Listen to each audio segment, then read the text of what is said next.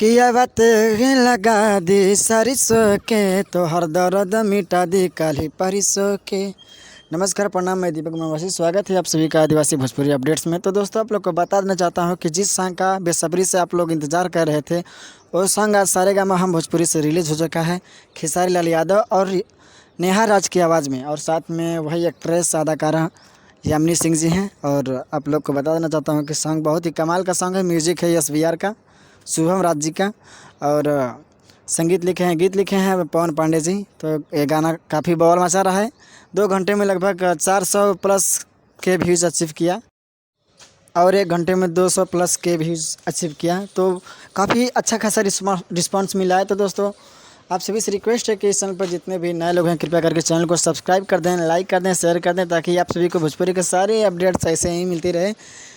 और अपना प्यार आशीर्वाद इस सॉन्ग पर बनाए रखिए। तब तक के लिए जय हिंद, जय भोजपुरी, जय अपना KL भाई।